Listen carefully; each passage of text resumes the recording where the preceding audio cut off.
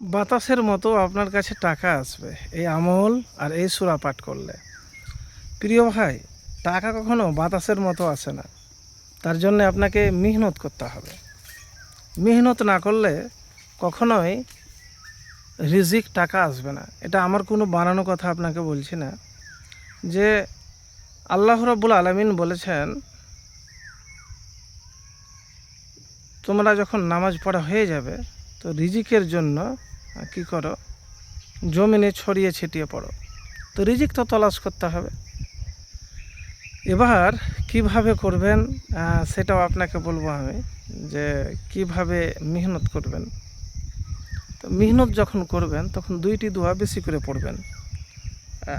আমি আপনাকে বা কোনো ভিডিওতে মিথ্যা কথা বলি না, বাস্তব জীবনে বলি না, কখনোই বলি না। এই সত্য বলার জন্য অনেক আমাকে ক্ষতির সম্মুখীন হতে হয়েছে, অনেক বিপদেও পড়েছি, তবুও কিন্তু সত্য ছাড়িনি, আর ইনশাল্লাহ ছাড়বো না।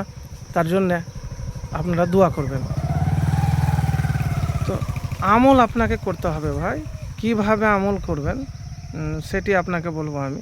যে কাজ করার সময়তে আপনি কি করবেন, যখন করবেন, লা হাওলা ওয়ালা কুওয়াতা ইল্লা বিল্লাহ, লা হাওলা ওয়ালা কুওয়াতা ইল্লা বিল্লাহ, আরেকবার দুরুদ পড়ে নেবেন। তারপরে বলবেন আল্লাহুম্মা ইন্নী আউযু বিকা মিনাল ফাকরি, আল্লাহুম্মা ইন্নী আউযু বিকা মিনাল ফাকরি। এবারে সূরা ইখলাসের আমল কিভাবে করবেন। সাহাল ইবনে সাদ সাইদি থেকে বর্ণিত আছে যে এক ব্যক্তি আল্লাহ রসুল সাল্লাল্লাহু আলাইহি সাল্লামের কাছে এসে দারিদ্র্যের অভিযোগ করে। তখন মহানবী সাল্লাল্লাহু আলাইহি সাল্লাম তাকে বললেন, যখন তুমি ঘরে ফিরবে তখন সালাম দিবে আর একবার সূরা ইখলাস পড়বে। এই আমল করার ফলে কিছুদিনের মধ্যে তার দারিদ্র্য দূর হয়ে যায়। কুরতুবী 20:185 নম্বর পৃষ্ঠা। তো ঘরে যখন আপনি প্রবেশ করবেন তখন সূরা ইখলাস পড়বেন।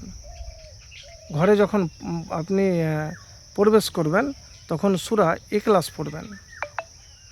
হ্যাঁ, তো অবশ্যই এই আমল করবেন ইনশাআল্লাহ। হ্যাঁ, সালাম দিবেন, আসসালামু আলাইকুম ওয়া রাহমাতুল্লাহি ওয়া বারাকাতুহু। তারপরে আপনি কি করবেন, যে সূরা ইখলাস একবার পাঠ করবেন। নিয়মিত এই আমল করবেন প্রিয় ভাই, নিয়মিত। আর সূরা ইখলাস 10 বার করে প্রতিদিন পড়বেন, ঘুমানোর আগেও পড়বেন। আর অবশ্যই কাজটা কিন্তু নিয়মিত করবেন।